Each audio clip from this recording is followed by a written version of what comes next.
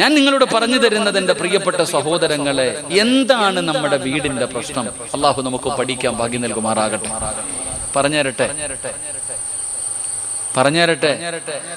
വാതിൽ അങ്ങോട്ട് വന്നതല്ല, ജനൽ ഇങ്ങോട്ട് വന്നതല്ല, കന്നിമൂലയിൽ അടുക്കള വന്നല്ല സഹോദര, അതൊക്കെ വേറെ. നിന്റെ വീടിന്റെ ഏറ്റവും മർമ്മപ്രധാനമായിട്ടുള്ള വിഷയം നബി തങ്ങൾ പറഞ്ഞു, 5 കാര്യങ്ങൾ 5 സ്ഥലങ്ങളിൽ ഇരുന്ന് കരയും. 5 കാര്യങ്ങൾ 5 സ്ഥലങ്ങളിൽ ഇരുന്ന് കരയും. കരഞ്ഞാൽ അതവരറിയും. അള്ളാഹു നമ്മളെ കാക്കുമാറാകട്ടെ. 1, അള്ളാഹുവിന്റെ പള്ളിക്കകത്ത് നിസ്കരിക്കാൻ ആളില്ലാതെ വന്നാൽ പള്ളി കരയും. അള്ളാഹുവിന്റെ പള്ളിക്കകത്ത് നിസ്കരിക്കാൻ ആളില്ലാതെ വന്നാൽ പള്ളി കരയും. പള്ളി കരഞ്ഞ ഈ നാട്ടുകാരറിയും. അള്ളാഹു ഈമാൻ നൽകുമാറാകട്ടെ. പള്ളിയിൽ ആള് കുറയുന്നുണ്ടെങ്കിൽ മനസ്സിലാക്കിക്കോ, ഈ നാട്ടിൽ എല്ലാവർക്കും പഴയതുപോലെ ഫുലൂസ് വരുന്നില്ലെങ്കിൽ മനസ്സിലാക്കിക്കോ, ആള് കുറഞ്ഞെന്ന്. രോഗങ്ങളും ദുർമരണങ്ങളും പ്രയാസങ്ങളും ഈ നാട്ടുകാർക്ക് വരുന്നുണ്ടെങ്കിൽ മനസ്സിലാക്കണം, പള്ളിയിൽ ആള് കുറഞ്ഞിട്ടുണ്ടെന്ന്. അള്ളാഹു ഈമാൻ നൽകുമാറാകട്ടെ. 2, ഖുർആൻ കരയും. ഖുർആൻ കരയും എപ്പോ? ഓതാൻ ആളില്ലാതെ വന്നാൽ. നിന്റെ വീടിന്റെ അകത്ത് പരിശുദ്ധമായ ഖുർആൻ ഇരിക്കുന്നുണ്ട്. ഇന്നത്തെ ദിവസം ഖുർആൻ കൈകൊണ്ട് തൊട്ടവരൊക്കെ ഒന്ന് കൈവയ്ക്കേ. അള്ളാഹു ഈമാൻ നൽകുമാറാകട്ടെ. പോട്ടെ, നമ്മുടെ അവസ്ഥ. അള്ളാഹുവിന്റെ വിശുദ്ധമായ ഖുർആൻ വീടിന്റെ അകത്ത് ഇരിക്കുന്നുണ്ട്.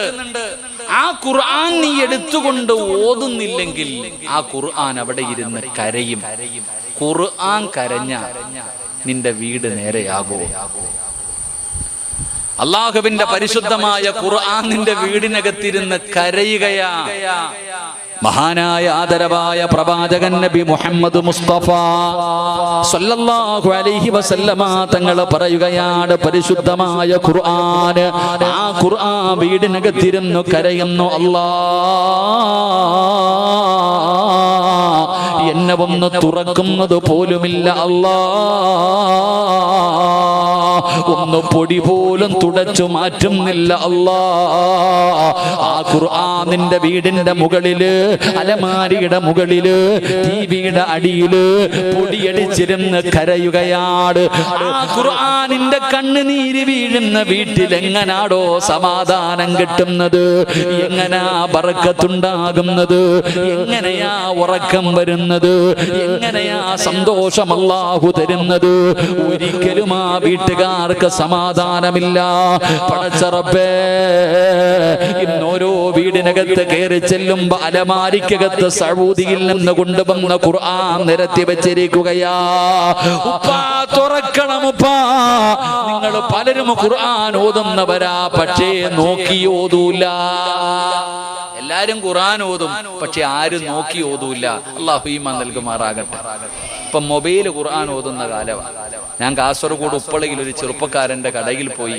ഉസ്താദേ, കച്ചവടമൊന്നുമില്ല, ഇത്തിരി ബുദ്ധിമുട്ടാണ്. ഞാൻ പറഞ്ഞു, രാവിലെ കട തുറക്കുമ്പോൾ ഒരു യാസീൻ ഓതുന്നുണ്ട് ഉസ്താദേ. ഞാൻ ചോദിച്ചു, ആരോതുന്നുണ്ട്? മൊബൈൽ ഓതുന്നുണ്ട് ഉസ്താദേ. മൊബൈൽ ഓതുന്നുണ്ട്, അപ്പൊ ബർക്കത്തുണ്ടാവോ? എടാ, ഖുർആൻ കാണാതെ ഓതുന്നതിനേക്കാളും പ്രതിഫലം കണ്ടോതുമ്പോഴാ. അല്ലാഹു ഈമാൻ നൽകുമാറാകട്ടെ. ഖുർആൻ കാണാതെ ഓതുന്നതിനാണോ പ്രതിഫലം കൂടുതൽ, കണ്ടോതുന്നതിനാണോ? കണ്ടോതുക കിട്ടുന്ന പ്രതിഫലം എന്താ? 1, ഖുർആൻ നോക്കിയ പ്രതിഫലം. 2, ഓതിയ പ്രതിഫലം. ഖുർആൻ നോക്കാതെ ഓതിയാൽ ഓതിയ പ്രതിഫലം, കണ്ടതില്ല. കണ്ണിന്റെ കാഴ്ച ഇടോ നോക്കടോ. അപ്പൊ നിനക്ക് ഖുർആൻ ഓതാൻ അറിയില്ലേ? അള്ളാഹുവിന്റെ റസൂൽ സല്ലല്ലാഹു അലൈഹി വസല്ലമ തങ്ങൾ പറഞ്ഞു, 5 കാര്യങ്ങളിൽ നോക്കിക്കോ, ഇബാദത്തിന്റെ കൂലിയുണ്ടെന്ന് നബിയുനാ റസൂലുള്ളാഹി സല്ലല്ലാഹു അലൈഹി വസല്ലമ തങ്ങൾ പറഞ്ഞു, 5 കാര്യങ്ങളിൽ നോക്കിയാൽ ഇബാദത്തിന്റെ കൂലി. 1, കഅബാലയത്തിൽ നോക്കണം.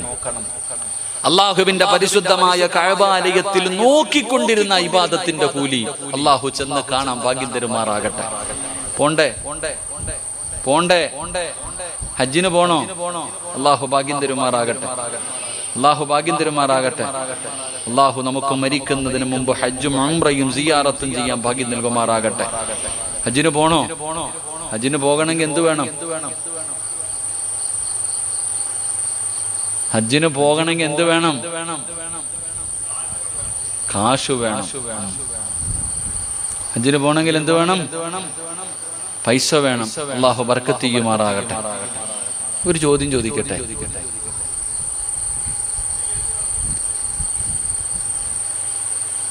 നിങ്ങളുടെ കയ്യിൽ ഒരു 5 ലക്ഷം രൂപ എടുക്കാനില്ലാത്ത ആരെങ്കിലും ഉണ്ടോ? ഈ ഇരിക്കുന്ന അധികം പേര് ഹജ്ജ് ചെയ്യാത്തവരാ. നീ അള്ളാഹുവിനെ സാക്ഷി നിർത്തിയിട്ട് ഈ ദുനിയാവിലെ സ്വർഗത്തിൽ നെഞ്ചത്ത് കൈവച്ചിട്ട് പറ, 5 ലക്ഷം രൂപ നിന്റെ കയ്യിൽ എടുക്കാനില്ലാത്തത് കൊണ്ടാണോ നീ ഹജ്ജിന് പോകാത്തെ? നിന്റെ വീടിന്റെ ഗേറ്റ് കെട്ടിയ പൈസ മതിയായിരുന്നു ഹജ്ജിന് പോകാൻ.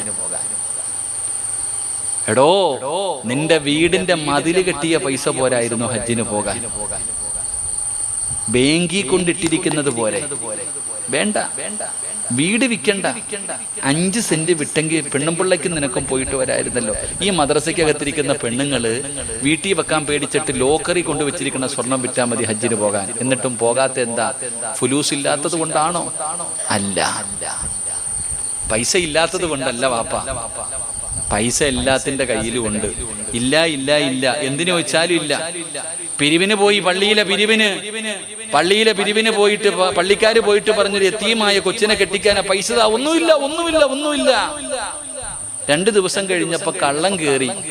ആമിന, പോലീസുകാര് വന്ന് ചോദിച്ചു, ആമിനാത്ത എന്തൊക്കെ പോയി? 28 പവനും 3 ലക്ഷം രൂപയും പോയി ഉസ്താദേ. സാറേ, ഒന്നുമില്ല അല്ലേ? ചങ്ങാതി, പണം ഉണ്ടെങ്കിലേ ഹജ്ജ് പോകാൻ പറ്റൂ, അത് വേറെ വിഷയം. പക്ഷെ അതിനേക്കാളും മുകളിൽ വേണ്ട ചിലതുണ്ട്. പൈസ ഉണ്ടായിട്ടും ഇത്രയും കാലം നിനക്ക് ഹജ്ജ് ചെയ്യാൻ പോകാൻ പറ്റിയിട്ടില്ലെങ്കിൽ നീ മനസ്സിലാക്ക്, പണത്തിനെക്കാളും വലുതെന്തോ ഉണ്ടെന്ന്. അല്ലാഹു ഈമാൻ നൽകുമാറാകട്ടെ. എന്തുണ്ട്? പണത്തിനെക്കാളും മുകളിൽ പോകേണ്ടത്. പാപ്പ പൈസക്കാരനോട് ചോദിക്കുന്നു, കാക്ക ഒന്ന് ഹജ്ജിന് പോകണ്ടേ? ഓ, കടമൊക്കെ ഉണ്ട്, കുറച്ച് കഴിയട്ടെ, പ്രായമാകുമ്പോ പോകാം. അറുമാദിക്കാൻ പറ്റുന്ന അത്ര ഇവിടെ കിടന്ന് അറുമാദിച്ചിട്ട് പോയി കഴുകാം. വയസ്സാം കാലത്ത് അവിടെ പോയി കഴുകി അങ്ങ് ശുദ്ധിയാവാന്ന്. തന്നെ പ്രായമാകുമ്പോ പോകാന്ന് അല്ലേ? പിന്നെ ഇപ്പൊ നല്ല നിയമം, 65 കഴിഞ്ഞ ഒരെണ്ണത്തിനെ അങ്ങോട്ട് കയറ്റൂല. എന്തിനാ വയസ്സാം കാലത്ത് നേരെ നിൽക്കാൻ പറ്റാത്ത സമയത്ത് അവിടെ പോയിട്ട് എന്താ?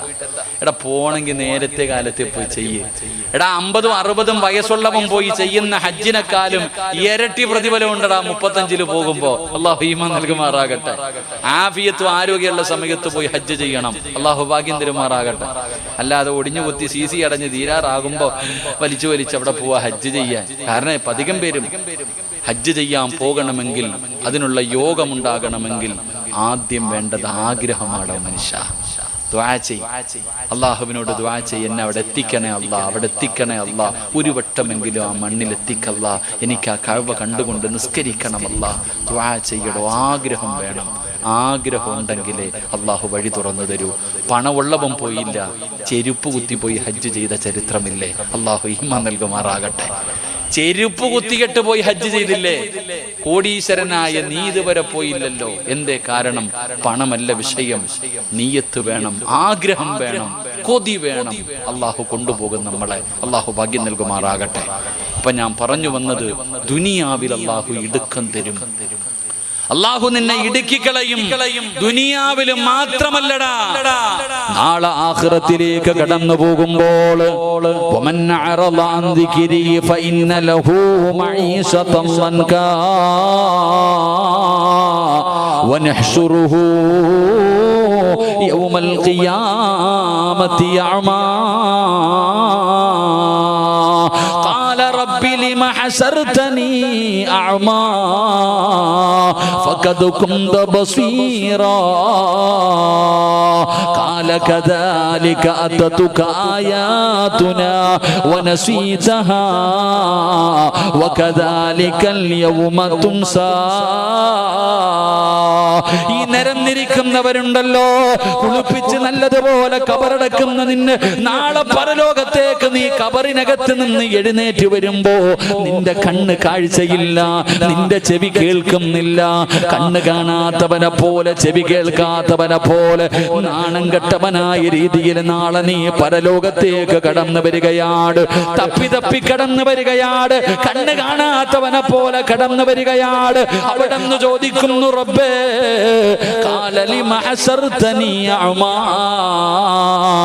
ഫഖദ് കുന്ത ബസീറാ. എനിക്ക് കണ്ണ് കാണാമായിരുന്നല്ലോ അല്ലാ, എനിക്ക് ചെവി കേൾക്കുമായിരുന്നല്ലോ അല്ലാ, ഞാനിന്ന് അന്ധനായി പോയല്ലോ, ഞാനിന്ന് അന്ധനായി പോയല്ലോ. എന്തുകൊണ്ടാണ് ഞാൻ അന്ധനായി പോയത്? ആ സമയത്ത് അല്ലാഹു പറയുകയാണ്, ഉസ്താദന്മാര് ഖുർആനിന്റെ ആയത്തോതിയിട്ട് അർത്ഥം പറഞ്ഞപ്പോ നീയും പൊട്ടം കളിച്ചില്ലേടാ. കണ്ണ് കാണാത്തവനെ പോലെ, ചെവി കേൾക്കാത്തവനെ പോലെ എന്റെ ഖുർആൻ, എന്റെ കലാമ് കേട്ടപ്പോ നീ അഭിനയിച്ച് നടന്നവനല്ലേ. കണ്ണ് കാണാത്തവനെ പോലെ നീ നടന്നവനല്ലേടാ, ചെവി കേൾക്കാത്തവനെ പോലെ നീ നടന്നവനല്ലേടാ. ഇന്ന് നീ ഇങ്ങനെ നടന്നാ മതി, ഇവിടെയും ഇങ്ങനെ നടന്നാ മതി. അല്ലാഹു പരിഗണിക്കില്ലല്ലോ. അവിടെ നിന്നെ നാണം കെടുത്തുകയാണ്. ദുനിയാവിലും എടുക്കും, ആഖിറത്തിലും എടുക്കും. നീ ഇവിടെയും രക്ഷയില്ല, അവിടെയും രക്ഷയില്ല.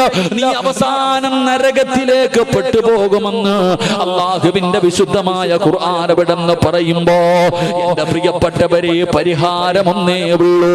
അല്ലാഹുവിന്റെ പരിശുദ്ധമായ ഖുർആൻ പരിഹാരം പറയാത്ത ഒരു കാര്യവുമില്ലല്ലോ. അതുകൊണ്ട് സമാധാനം വേണോ, സന്തോഷം വേണോ, ദുനിയാവില് രക്ഷപ്പെടണോ, ആഖിറത്തില് രക്ഷപ്പെടണോ, അല്ലാഹുവിന്റെ സ്വർഗത്തിലേക്ക് കടന്നു പോകണോ, അതിനുള്ള മാർഗം അല്ലാഹു തന്നെ പറയുകയാ. അല്ലാഹുവിന്റെ വിശുദ്ധമായ ഖുർആൻ, അല്ലാഹുവിന്റെ വിശുദ്ധമായ ഖുർആൻ, ആ ഖുർആൻ തന്നെ നമുക്ക് വഴി പറയുകയാണ്. അതുകൊണ്ട് എന്റെ പ്രിയമുള്ളവര്, അല്ലാഹുവിന്റെ വിശുദ്ധമായ ഖുർആൻ, എന്റെ പ്രിയപ്പെട്ടവര്, 5 കാര്യങ്ങൾ നോക്കിയാൽ ഇബാദത്തിന്റെ കൂലിയാ. 1 കഅബാലയത്തിൽ നോക്കിയാൽ, 2 ഖുർആനിൽ നോക്കിയാൽ. അല്ലാഹുവിന്റെ ഖുർആനിലേക്ക് ഓതണ്ട വാപ്പാ, ഉമ്മമാരെ ഖുർആൻ ഓതണ്ട. അല്ലാഹുവിന്റെ ഖുർആനിലേക്ക് നോക്കിയാ നിനക്ക് നോക്കുന്ന സമയം അത്രയും ഇബാദത്തിന്റെ കൂലി കിട്ടുമെന്ന് നബി മുഹമ്മദ് മുസ്തഫ, നബി മുഹമ്മദ് മുസ്തഫ സല്ലല്ലാഹു അലൈഹി വസല്ലം. അല്ലാഹു നമുക്ക് ഈമാൻ നൽകുമാറാകട്ടെ.